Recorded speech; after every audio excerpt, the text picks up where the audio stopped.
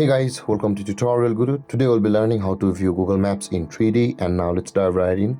Now to view Google Maps in 3D, first open up your Google Map application, and after you have opened your Google Maps application, you can see at the top right corner of the screen there's a layer kind of option available for us over here at the top right corner of the screen.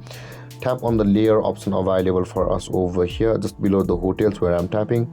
Tap on layers and this kind of map type option will appear, and in order to view your Google Maps in 3D, you can see there is a 3D button available for us over here at the bottom right corner of the screen. Tap on 3D and then your 3D view will be enabled on your Google Maps. You can see you'll be required to zoom in to view all of your 3D views over here. You can see maybe switch to this kind of view by tapping on the GPS person or the GPS button to a horizontal view. You can see over here 3D buildings are enabled over here.